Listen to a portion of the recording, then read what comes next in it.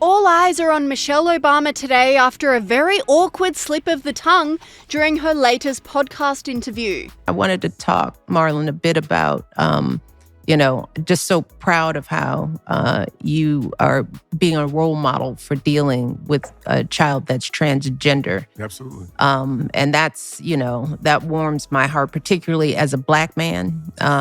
Would you care to share that journey of... Well, I learned...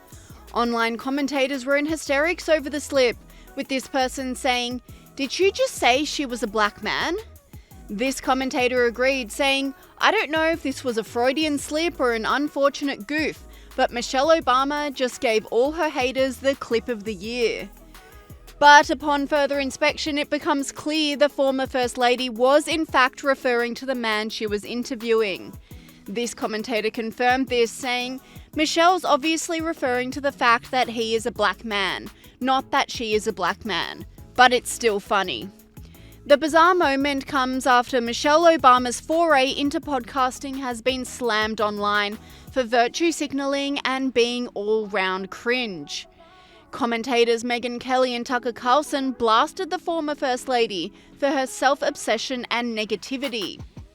Michelle Obama is literally going down for the third time into this pool of self-involvement, and you don't think she's going to come up again. Like, she's dying of affluence, privilege, and self-obsession, obviously. Everything she says is negative. We've been watching clips from her podcast over the past couple of weeks. Everything she says is negative. I mean, you would never know you are hearing from a woman who is First Lady for 8 years, has become probably a billionaire by this point, is out on David Geffen's yacht every other summer, her estate in Martha's Vineyard, her daughters who went to these Tony schools. You would think you were listening to somebody basically like the wife of a George Floyd. And she's never gotten over whatever grievance she had growing up. I love how the soundbite begins. Okay, it's not the fear for myself. I drive around in a 4-car motorcade with a police escort. I'm Michelle Obama. Unbelievable, right? Who talks about themselves that way? This commentator agreed, saying, "Michelle Obama was most popular when she was behind the scenes and no one really knew anything about her. She's vaporized her likability with her terrible podcast. What an absolutely disastrous move." Her podcast also put her under the spotlight, allowing other commentators and journalists to attack her. I gotta say, I am completely beside myself with Michelle Obama's comment that Trump deportations keep her up at night. Let's go through some facts she may want to pick up. 32,000 plus is the number of people he's deported. I just did math on my calculator. That's why I was looking at my phone, guys. 73% of those had criminal convictions or pending criminal charges. 1,100 of those were gang members. Okay, when I first saw those numbers this morning, I saw them beside an FBI agent who said, "We will be more safe because of Trump's policies."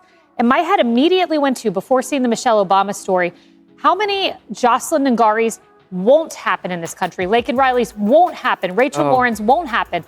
Then my head went to, how many illegal immigrant children will not drown in the Rio Grande? Then my head went to, how many trafficked children will not be trafficked because of what Trump did? Amen. She wakes up and thinks about Trump deportation and due process. Michelle Obama, when is the last time you woke up and you thought about angel moms? When's the last time you woke up and thought about trafficked children at the border? I'd love an answer. Give it to us on your next podcast. Yeah.